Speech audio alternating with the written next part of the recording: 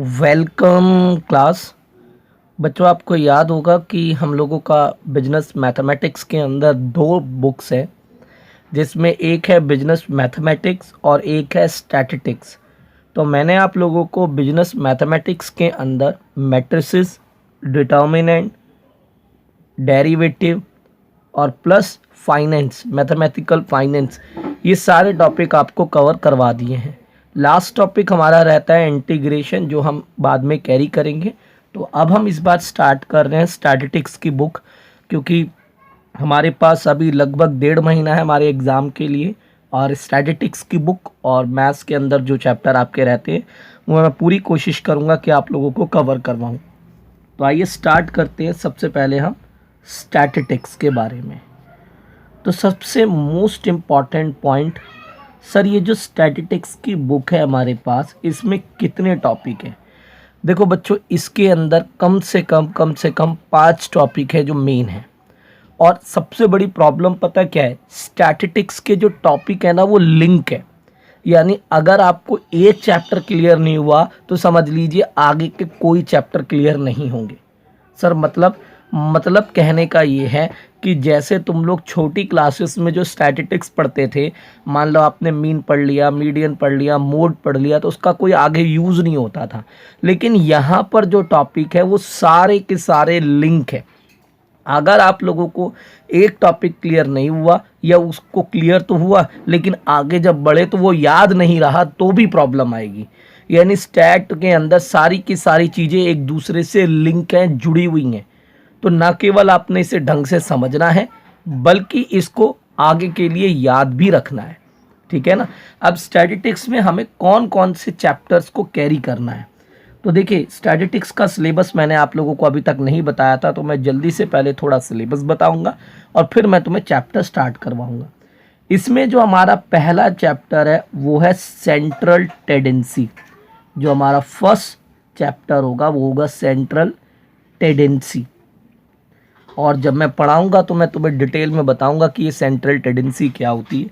अभी सिर्फ इतना समझ लो कि सेंट्रल टेंडेंसी में हमें 3 टॉपिक पढ़ने हैं। सर कौन कौन से 3 टॉपिक? पहला है मीन, दूसरा है मीडियन और तीसरा है मोड।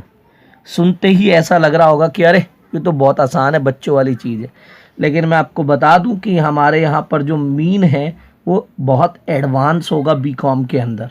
हमें इसमें 3 मीन पढ़ने हैं, अर्थमेटिक मीन, हार्मोनिक मीन और ज्योमेट्रिकल मीन यानी जीएम। ठीक है, 3 टाइप के मीन पढ़ने हैं, अर्थमेटिक मीन, हार्मोनिक मीन और ज्योमेट्रिकल मीन। 3 मीन हमने यहाँ पर डिस्कस करने हैं, am, HM and GM, and plus word problem के साथ। ये जितना टॉपिक हम पढ़ेंगे ना ये सब वर्ड प्रॉब्लम के साथ पढ़ेंगे। ठीक है। मीडियन और मोड बिल्कुल वैसा ही होगा जैसा आपने छोटी क्लासेस में पढ़ा है, लेकिन मीन जो है वो एडवांस है, एएम, एचएम और जीएम होगा और फिर इनके बीच में रिलेशन भी है। ठीक, मैं उतना ही बताऊंगा जितना आपके सिलेबस में, कोई चीज़ बढ़ा चढ़ा के या कोई भी चीज़ कम नहीं बताऊंगा। तो ये टॉपिक हमारा पहला हो। इसके बाद दूसरा टॉपिक हमारे पास होगा क्लास डिस्पर्जन। यहाँ से थोड़ी सी स्थिति बिगड़ना चालू होगी क्योंकि ये चैप्टर लंबा है। जो डिस्पर्जन चैप्टर है क्लास, ये बहुत ही लेंदी टॉपिक है क्योंकि इसके अंदर कम से कम मान के चलिए 12 टॉपिक है।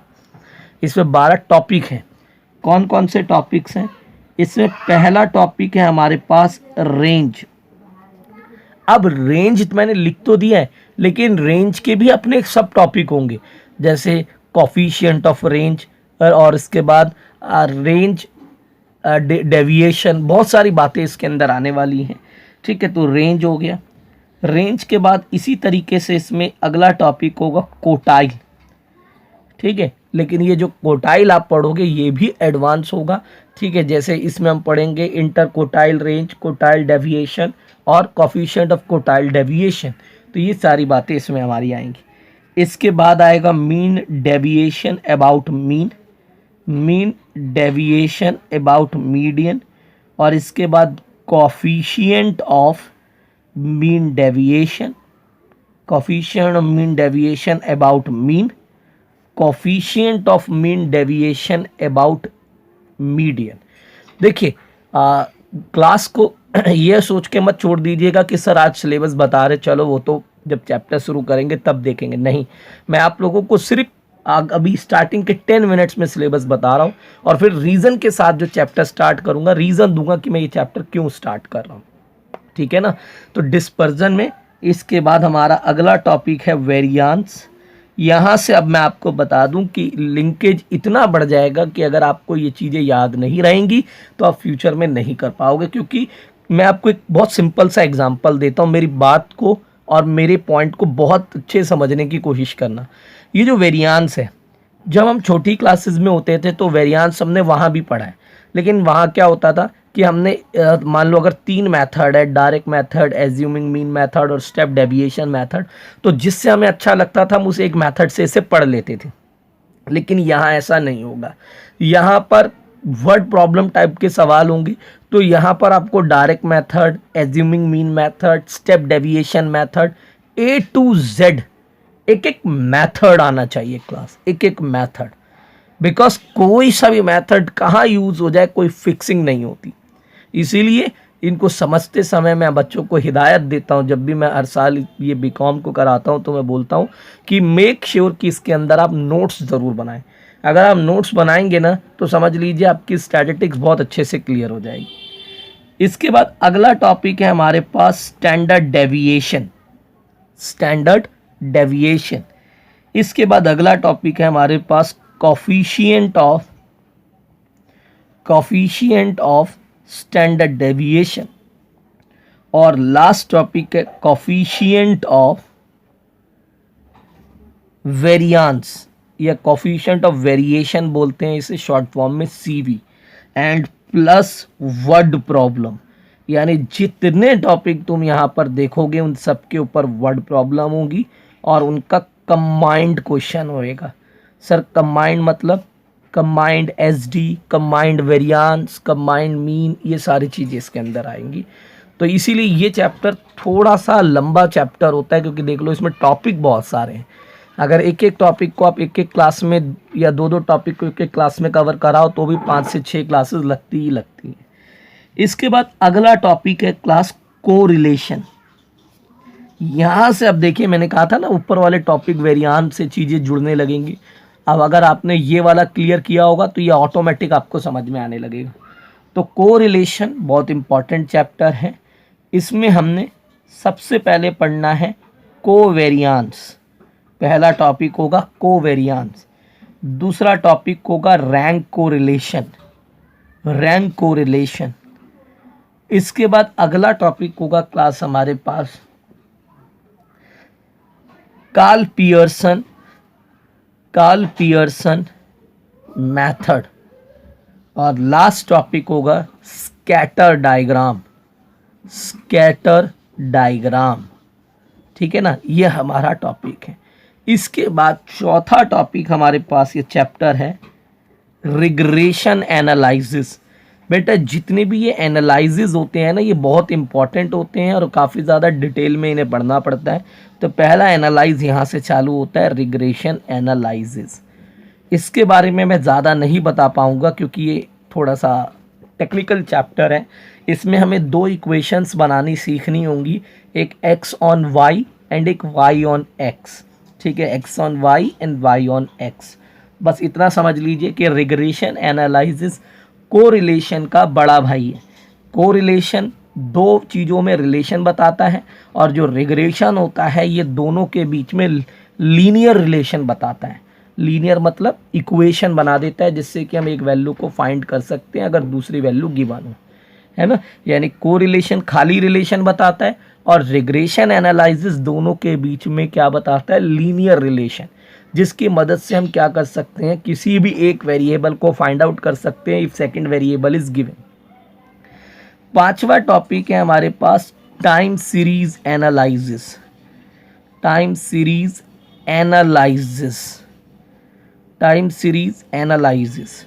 अभी टाइम सीरीज एनालिसिस बिल्कुल देखिए यहाँ पर भी एनालिसिस लिखा हुआ है, तो ये भी काफ़ी डिटेल में हम लोगों ने पढ़ना है। ठीक है, इसमें हम लीस्ट स्क्वायर मेथड, एक फेमस मेथड है जो हर साल पेपर में आता है, उसके बारे में चर्चा करेंगे। और इसके बारे में मैं ज़्यादा नहीं बता सकता हूँ, क्योंकि जब चैप्टर स्टार्ट करूँगा तब बताऊँगा। यहाँ तक समझ लो, ये जो यहाँ पर मैं एरो लगा रहा हूँ, ऊपर से लेकर यहाँ तक ये जो चीज़ें हैं ना, ये लिंक है। इसके बाद लास्ट टॉपिक है हमारे पास इंडेक्स नंबर।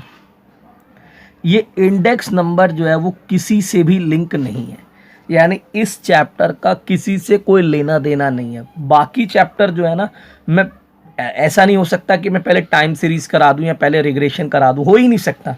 हमें ऊपर से ही आना पड़ेगा, क्योंकि सारी चीज़ें जुड़ी हुई हैं, एक एक चीज़ लिंक है। लेकिन इंडेक्स नंबर इकलौता ऐसा चैप्टर है जो किसी से लिंक नहीं है, और एग्ज़ाम में अराउंड ये चैप्टर 5 से 8 नंबर का हर साल आता है। इसीलिए आज जो मैं चैप्टर स्टार्ट करने वाला हूँ वो इंडेक्स नंबर चैप्टर है, ठीक है ना। इसीलिए मैंने आपको सिलेबस बताया कि आपको एक बार आइडिया लग जाएगा ना, तब मैं सिलेबस बताऊंगा विद द रीज़न कि मैं क्या स्टार्ट करने वाला हूँ। तो मैं स्टार्ट करूंगा regression analysis, sorry index number, because it is not link with any chapter. आइए क्लास, तो फिर हम लोग अपना पहला चैप्टर स्टार्ट करें, जिसका नाम है इंडेक्स नंबर। तो मैंने यहाँ लिखा है lesson number first from my side, but this is the last chapter from your book, index number. Sir सबसे पहले तो आप हमें ये बताओ, what is the meaning of index number. Index number का क्या मतलब होता है, इंडेक्स नंबर हमें क्या समझाता है, क्या जानकारी देता है। देखो बच्चों, कई बार आपने देखा होगा कि हम कोई भी कॉपी खरीदते हैं या कोई रजिस्टर खरीदते हैं, तो रजिस्टर के फ्रंट पेज के ऊपर लिखा होता है इंडेक्स। आप अपनी कॉपियाँ जो आपके पास होंगी उसे एक बार ओपन करके देखना, उसके फ्रंट पेज पे ही क्या ये वर्ड लिखा हुआ दिखाई दे रहा है या नहीं दे रहा। आई एम डैम श्योर कि आपको पहला वर्ड यही दिखाई देगा कॉपी के ऊपर, इंडेक्स। मतलब क्या हुआ सर, इंडेक्स का मतलब होता है which give information, which give information. Common sense लगाइए, अगर मुझे ये पता लगाना है कि किसी रजिस्टर में क्या क्या लिखा हुआ है, तो हम उसके इंडेक्स को देखकर ये पता लगा सकते हैं कि उसमें क्या क्या लिखा होगा।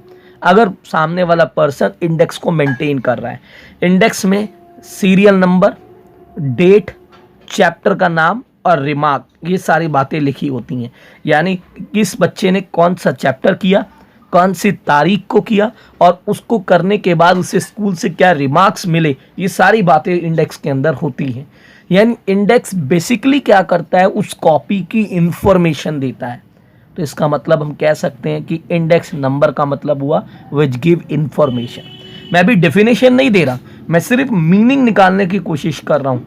आप अपनी रियल लाइफ में इस चीज़ को देखेंगे तो अच्छा समझ पाएंगे कि इंडेक्स तो हम डेली रजिस्टर में देखते हैं, और उसी से बना है इंडेक्स नंबर, यानी विच गिव इंफॉर्मेशन। अब आइए मैं इसे टेक्निकल भाषा में समझाऊं। अभी इतना तो तुम्हें समझ में आ ही गया होगा कि इंडेक्स का मतलब होता है एक ऐसी चीज़ जो इंफॉर्मेशन देती हो। तो अब टेक्निकल भाषा समझने के लिए एक छोटा सा एग्जाम्पल मुझे लेना पड़ेगा, ठीक है। तो मान लेते हैं कि एक व्यक्ति है, एक पर्सन है, और इस पर्सन का नाम है मिस्टर राम। एक व्यक्ति है जिसका नाम है मिस्टर राम, और बच्चों इस राम ने क्या करा, वर्ष 2008 में पेन बनाने का बिजनेस चालू किया था। वर्ष 2008 में पेन बनाने का बिजनेस चालू किया था, और आज 2021 आ गई और आज भी ये पेन बना रहा है, ठीक है। मैंने क्या कहा कि मिस्टर राम नाम का एक व्यक्ति है जिसने 2008 में पेन बनाने का बिजनेस चालू किया था। अब Ram started of manufacturing pen, कब किया उसने ये काम सर, 2008 में। बस फ़र्क ये है कि 2008 में जब ये पेन बनाता था ना, तो उस टाइम पर ये एक पेन को बेचता था 10 रुपये का। यानी 2008 में इसका एक पेन कितने का बिकता था, 10 रुपये का। और आज वही 2021 में ये एक पेन बेच रहा है 25 रुपये का। अब मुझे सिर्फ ये बताओ कि इसने पेन की कीमतों को बढ़ा दिया या घटा दिया, सिर्फ इतने क्वेश्चन का आंसर दो। आई एम डैम श्योर आप कहेंगे कि सर उसने पेन की कीमतों को बढ़ा दिया है। और कितना बढ़ा दिया सर, 25 रुपये आज दे रहा है, 10 रुपये पहले था। यानी अगर हम कंपेयर करें तो उसने 15 रुपये कीमतें बढ़ा दी। लेकिन दिमाग लगाओ, अगर मैं ये वाली कीमत आपको ना बताऊं 2008 में वो कितने में पेन बेचता था, मैं ये ना बताऊं तो क्या अब आप बता सकते हो कि ये पेन की कीमत बढ़ गई या घट गई? आई एम डैम श्योर आप कहेंगे नहीं sir, because we don't know कि प्रीवियस प्राइस क्या था। जब तक प्रीवियस प्राइस नहीं होता हम तब तक ये नहीं बता सकते कि करंट में कीमतें बढ़ी हैं या करंट में कीमतें घटी हैं। ये सुनो, बिल्कुल सर। अब मैं आपको बताना चाहूंगा कि ये जो 2008 की कीमत है और ये 2021 की आज की कीमत है, इस आज की कीमत को हम लोग कहते हैं करंट ईयर प्राइस। क्या बोलते हैं? Current year price. ठीक है, और ये जो कीमत पहले वो लेता था इसे कहा जाता है बच्चों base year price. Base year price. Okay, अब ये बात तो श्योर है कि करंट ईयर के अंदर प्राइसेस बढ़ गए हैं as compared to base year, but current year में as compared to base year कितने परसेंट कीमतें बढ़ी हैं, इस चीज को चेक करना क्या कहलाता है? Index number. लो भाई, मुबारक हो, आपकी डेफिनेशन बन गई। अगर आपसे कोई पूछे व्हाट इज इंडेक्स नंबर, तो index number explain percentage change in current year as compared to base year. यानी इंडेक्स नंबर हमें क्या बताता है? करंट ईयर में कितने परसेंट चेंज आया है as compared to base year. Current year की प्राइजेस में, करंट ईयर की क्वांटिटी में, किसी भी तरीके का करंट ईयर में कितना चेंज आया है as compared to base year, इस चीज को कैलकुलेट करना बेटा क्या कहलाता है? इंडेक्स नंबर कहलाता है। यानी keep remember, index number explain the percentage change in current year values as compared to base year values. तो मैं इसको डिफाइन को लिखूंगा, उम्मीद है कि आपको ये अच्छे से समझ में आ गई होगी। तो index number explain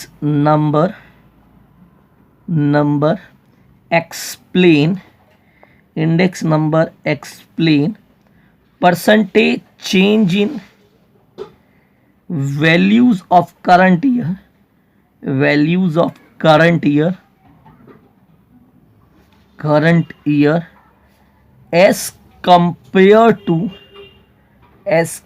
values of current year as compared to base year. Index number explain percentage change in values of current year as compared to base year. I hope you will understand very well what is the meaning of index number. Now, अब मैं तुम्हें एक छोटी सी बात बताता हूँ बेटा। ये जो बेस ईयर की वैल्यूज होती हैं, जैसे आप देखें बेस ईयर में कितनी कीमत थी? 10 रुपये। तो बेस ईयर की जो भी वैल्यू होगी, चाहे वो प्राइस हो या कुछ और वैल्यूज हो, उनको डिनोट किया जाएगा जीरो से। ये ज़रूर याद रखना, it is denoted by zero. इसे ज़ीरो से डिनोट करते हैं सर। मतलब जैसे ये प्राइस है ना बेस ईयर का, तो प्राइस का मतलब पी हो गया, पी फॉर प्राइस, लेकिन हम लिखेंगे P0 क्योंकि ये बेस ईयर का प्राइस है। Same as it is class, ये जो करंट ईयर की चीज़ें होती हैं इन्हें डिनोट किया जाता है 1 से। It is denoted by 1। कोई भी करंट ईयर की वैल्यू अगर आप लिख रहे हैं ना, तो उसके साथ आगे 1 लगा लिया जाता है। तो ये मेरा P1 कहलाएगा। ठीक है, तो this is the introduction of the chapter की मतलब क्या होता है। अब आइए हम डिस्कस करेंगे types of index number. Index number कितने टाइप्स का होता है, और फिर मैं लिखूंगा टॉपिक जो हमें इस चैप्टर में पढ़ने हैं। क्योंकि मैं हर साल जब भी तुम्हें पढ़ाता हूँ या हर बार जो भी चैप्टर कराता हूँ, आपको याद होगा मेरी आदत है ये बताना कि सामने वाले को भी पता हो कि इस चैप्टर में हमें क्या क्या पढ़ना है। तो टाइप्स ऑफ इंडेक्स नंबर, यानी इंडेक्स नंबर कितने टाइप्स के होते हैं। तो बच्चों हमारे पास बेसिकली जो इंडेक्स नंबर हैं वो 4-5 टाइप के आप यहाँ पर पढ़ोगे। सर कौन कौन से पढ़ेंगे हम यहाँ पर पढ़ेंगे सबसे पहले प्राइस इंडेक्स, यानी प्राइस में चेंजेस चेक करना सीखेंगे। फिर हम पढ़ेंगे क्वांटिटी इंडेक्स, बीकॉम में क्वांटिटी इंडेक्स भी हमारे सिलेबस का पार्ट है, क्वांटिटी इंडेक्स। तीसरा हमने इसके अंदर पढ़ना है कॉस्ट लिविंग इंडेक्स। और फिर हमें पढ़ना है चेन बेस इंडेक्स और फिक्स बेस इंडेक्स। यानी चौथा इंडेक्स होगा CBI और FBI। तो चेन बेस इंडेक्स और फिक्स बेस इंडेक्स हमारा अगला टॉपिक होगा। ठीक है क्लास। तो इंडेक्स बेसिकली कितने टाइप के हमारे पास हो गए, 4 टाइप के हो गए, price index, quantity index, cost living index, CBI और FBI। तो ये सारे इंडेक्स पढ़ना है हमें, और इसके बाद प्लस हमें इसमें कुछ टेस्ट पढ़ने हैं। यह टेस्ट हमारे लिए हैं और ये बड़ी क्लासेस में ही आते हैं। इसमें 2 टाइप के टेस्ट हैं। एक है टाइम रिवर्सल टेस्ट। अब मैं इसको एक्सप्लेन अभी नहीं कर सकता, जब पढ़ाऊंगा तो डिटेल में बताऊंगा। प्राइस इंडेक्स पढ़ने के बाद, क्वांटिटी इंडेक्स करने के बाद ये टेस्ट स्टार्ट होंगे, और बाद में हम इन 2 टॉपिक पे जाएंगे, क्योंकि ये टेस्ट इन दोनों से ही लिंक करते हैं। टाइम रिवर्सल टेस्ट और दूसरा है बच्चों factor reversal test. Factor reversal test. वैसे मैं आपको बता दूं कि हमारे पास 4 टेस्ट होते हैं इंडेक्स नंबर में। एक unit test, time reversal test, factor reversal test and circular test. लेकिन हमारे सिलेबस के अंदर केवल 2 टेस्ट हैं, एक टाइम रिवर्सल टेस्ट और एक फैक्टर रिवर्सल टेस्ट। ये 2 ही टेस्ट हमने यहाँ पर डिस्कस करने हैं। Okay class. तो कुल मिलाकर आप देख लीजिए, आपके सामने ये टॉपिक लिखा हुआ है, इतने टॉपिक आपने यहाँ पर पढ़ने हैं। अब आइए स्टार्ट करते हैं प्राइस इंडेक्स के बारे में। देखिए विद्यार्थियों, ये जो प्राइस इंडेक्स है, पहले तो ये पता होना चाहिए कि प्राइस इंडेक्स का मतलब क्या होता है। अगर आप होशियार हो और आपने इंडेक्स की डेफिनेशन पे ध्यान दिया हो, तो आप प्राइस इंडेक्स की डेफिनेशन खुद बना लोगे। मैंने तुम्हें अभी 2-3 मिनट पहले इंडेक्स नंबर की क्या डेफिनेशन बताई थी कि index number explain percentage change in values of current year as compared to base year. यानी इंडेक्स नंबर हमें यह बताता है कि करंट ईयर की वैल्यूज में कितने % चेंज आया है as compared to base year. तो यहां पर आप वैल्यूज वर्ड यूज कर रहे हो, बस वैल्यूज को हटाकर अगर हम प्राइस कर दें तो ये प्राइस इंडेक्स की डेफिनेशन बन जाएगी। यानी आपसे अगर कोई पूछे व्हाट इज प्राइस इंडेक्स, तो आप बोलेंगे price index number explain percentage change in price of current year as compared to base year. यानी खाली वैल्यूज हटाकर आपने वहां पर प्राइस वर्ड चिपका देना है। तो price index number explain percentage change in values of current year as compared to base year. I hope ये बात आप बहुत अच्छे से समझे होंगे। अब आइए मैं खास बात आपको बता दूं कि मीनिंग आपको बता ही दिया कि क्या होता है। प्राइस इंडेक्स नंबर में 2 टाइप के इंडेक्स हमने पढ़ने हैं। सर कौन कौन से? सबसे मेन, सबसे ज़्यादा आने वाला टॉपिक वेटेड, और दूसरा हमें पढ़ना है अनवेटेड। अब सर ये वेटेड और अनवेटेड क्या होते हैं, जरा बताइए। आइए ऊपर वाले एग्जाम्पल पे नज़र डालें। आपने देखा, मैंने ऊपर एक एग्जाम्पल लिया था कि एक राम नाम का बंदा है जिसने वर्ष 2008 में पेन बनाने का बिजनेस चालू किया, और आज 2021 आ गई और आज भी ये पेन बना रहा है। बट फ़र्क ये कि 2008 में ये जो पेन बनाता था वो 10 रुपये का बेचता था, और आज 2021 में वही पेन ये 25 रुपये का बेच रहा है। यानी अगर आप गौर करें तो मैंने 2008 की कीमतें दी हैं, 2021 की भी कीमत दी है, लेकिन क्वांटिटी तो नहीं बताई ना कि 2008 में 10 रुपये के हिसाब से वो कितने पेन बेचता था। वी डोंट नो 2021 में 25 रुपये के हिसाब से वो कितने पेन बेच रहा है। We don't know. यानी हमें ये तो पता है कि उसकी कीमतें क्या हैं, बट हमें ये नहीं पता कि वो कितने कितने में उन चीज़ों को बेच रहा है। यानी इस सवाल में खाली प्राइस गिवन है, और जिन क्वेश्चनों में ओनली प्राइस होता है उन्हें हम अनवेटेड कहते हैं। उन्हें हम अनवेटेड कहते हैं। यानी अनवेटेड का मतलब है ऐसे इंडेक्स नंबर के क्वेश्चंस जिनमें ओनली प्राइस होगा, जिसमें ओनली प्राइस गिवन होगा, करंट ईयर का और बेस ईयर का खाली प्राइस गिवन होगा, वो हमारे अनवेटेड होंगे। और वेटेड का मतलब है कि जिसके अंदर प्राइस होने के साथ साथ उस साल बेची गई क्वांटिटी की भी डिटेल्स गिवन होगी। तो जिस क्वेश्चन में प्राइस और क्वांटिटी दोनों गिवन होती है उसे हम वेटेड कहते हैं, और जिसमें ओनली प्राइस होता है उसे हम अनवेटेड कहते हैं।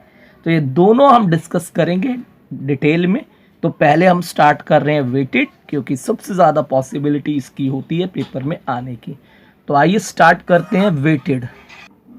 तो आइए क्लास स्टार्ट करते हैं वेटेड इंडेक्स।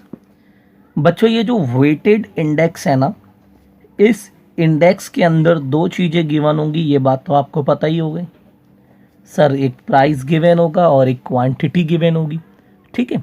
लेकिन अब मैं यहाँ कुछ बातें बताऊँगा। हो सकता है कि आज मैं प्रैक्टिकल क्वेश्चन ना करा पाऊँ, क्योंकि इसे समझाने में क्लास लेंदी हो जाएगी, बट उतना ज़रूर बता दूंगा जिससे आपको आइडिया लगेगा, ठीक है। तो आज आपका इंट्रोडक्शन हो गया है, अगली क्लासेस पे प्रैक्टिकल स्टार्ट हो जाएंगे।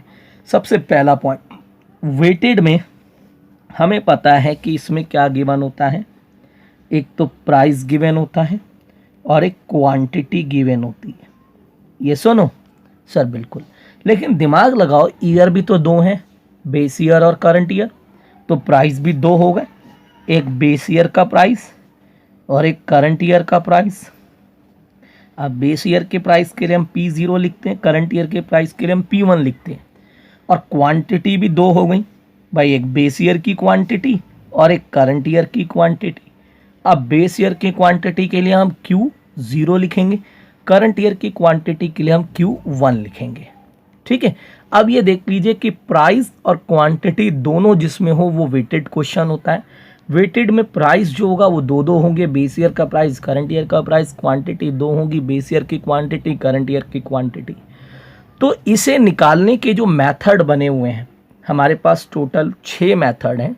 तो इन 6 के 6 मेथड में एक प्रॉब्लम है, जितने भी ये इकोनॉमिस्ट हैं जिन्होंने ये मेथड बनाए हैं, उनमें आपस में विवाद रहा है इस बात को लेकर कि प्राइस इंडेक्स नंबर निकालते समय क्वांटिटी कौन से ईयर की इस्तेमाल की जाए।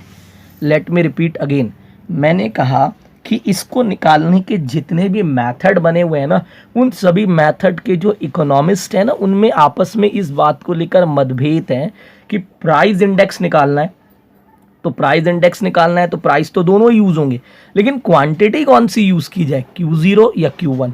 Q0 यूज करके हम इंडेक्स नंबर निकालें या Q1 यूज करके हम इंडेक्स नंबर निकालें, ये चीज पे लेकर लोगों ने मतभेद किए हुए, ठीक है। तो कोई कहता है कि बेस ईयर की क्वांटिटी लेना बेटर है, कोई कहता है करंट ईयर की क्वांटिटी लेना बेटर है, ठीक है। तो किसने क्या फॉर्मूला बनाया, इसको हम आराम से ड्राइव कर सकते हैं छोटी सी ट्रिक से। मैं इसीलिए सारे फॉर्मूले आपको समझा देता हूँ। इसको वेटेड इंडेक्स को सॉल्व करने का जो पहला मेथड है वो है लास्ट पेयर मेथड्स। कौन सा मेथड है, लास्ट पेयर मेथड। अब देखो मैं तुम्हें तरीका बताऊंगा, अगर होशियार हो तो तुम्हें फॉर्मूला रटना नहीं पड़ेगा, ठीक है। लास्ट पेयर मेथड, तो ये देखिए, वेटेड इंडेक्स नंबर निकाल रहे हैं, यानी प्राइस भी गिवन होगा, क्वांटिटी भी गिवन होगी। तो इसमें इंडेक्स को निकालने का फॉर्मूला होगा सिग्मा P1 बटे P0। क्योंकि देखो प्राइस इंडेक्स है तो आपको पता ही है कि करंट ईयर के प्राइस में कितना चेंज आया है as compared to base year, इसी को हम इंडेक्स बोलते हैं।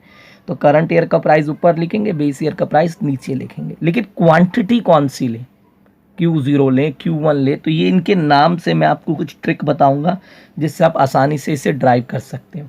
तो जैसे ये लास्ट पेयर में L दिख रहा है ना, L का मतलब क्या हुआ, L फॉर लास्ट, यानी इस मेथड में लास्ट ईयर की क्वांटिटी लेनी है, Q0।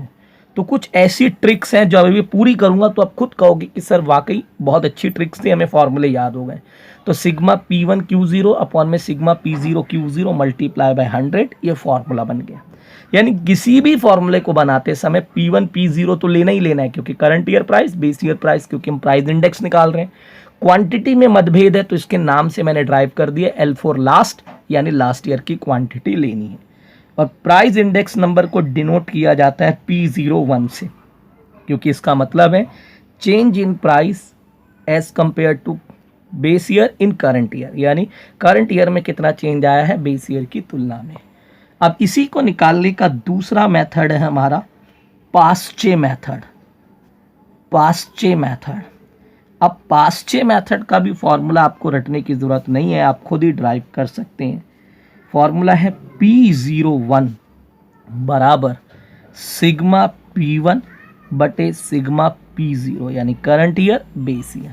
अब P4 प्रेजेंट यानी प्रेजेंट ईयर की क्वांटिटी लेनी है। देखिए इसके नाम से ही फॉर्मूले बना दूंगा मैं, P4 प्रेजेंट यानी प्रेजेंट ईयर की क्वांटिटी लेनी है। तो प्रेजेंट ईयर की क्वांटिटी लेनी है तो इसका मतलब हम यहाँ पर लिखेंगे Q1 मल्टीप्लाई बाय 100। बन गया फॉर्मूला। अब आप कहोगे कि सर आप फॉर्मूले सारे क्यों बना रहे हो? बेटा एक क्वेश्चन में तो एक ही फॉर्मूला आएगा? नहीं, बिल्कुल नहीं। आपके जो इंडेक्स नंबर के सवाल होंगे वो एक ही सवाल को 5 मेथड से करने के लिए बोलेगा। यानी इसमें ऐसा नहीं होगा कि एक मेथड से ही एक सवाल हो, एक ही क्वेश्चन में सारे मेथड से क्वेश्चन करके दिखाना होता है। इसीलिए पहले फॉर्मूले बताता हूँ, फिर प्रैक्टिकल कराऊंगा तो अपने आप क्लियर हो जाए। अच्छा, तीसरा फॉर्मूला है फिशर मेथड। देखो भाई, फिशर मेथड।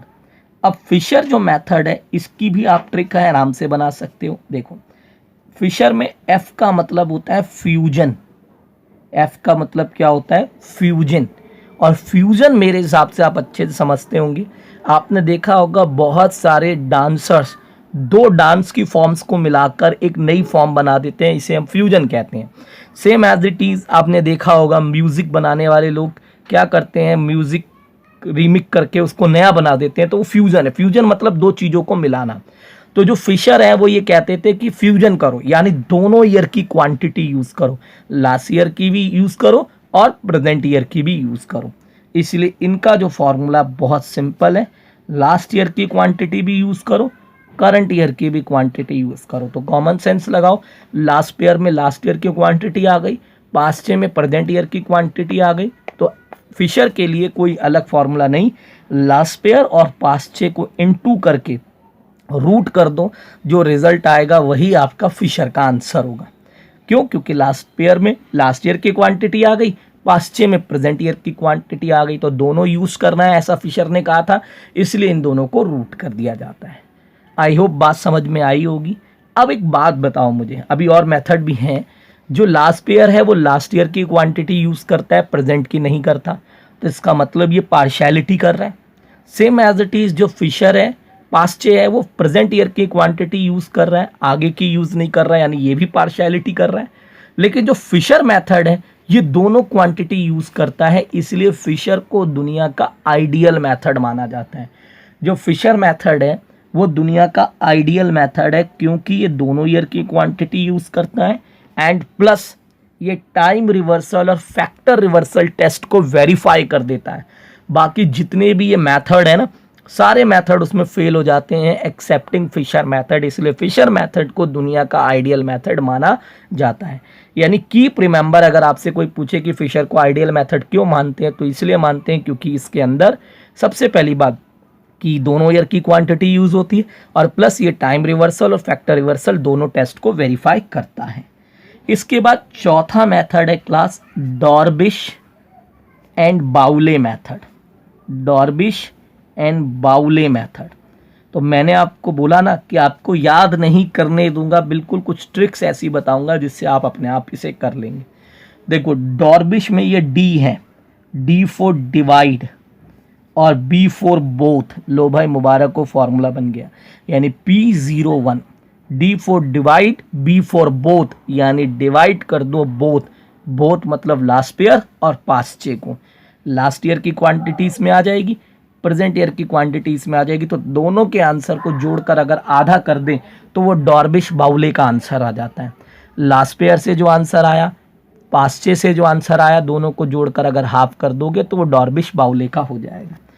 इसके बाद पांचवा मेथड है मार्शल एगेवर्थ मेथड। मार्शल एगेवर्थ मेथड, ठीक है। तो मार्शल एगेवर्थ मेथड का भी हम नाम से ही सारी चीज़ें ड्राइव कर लेंगे।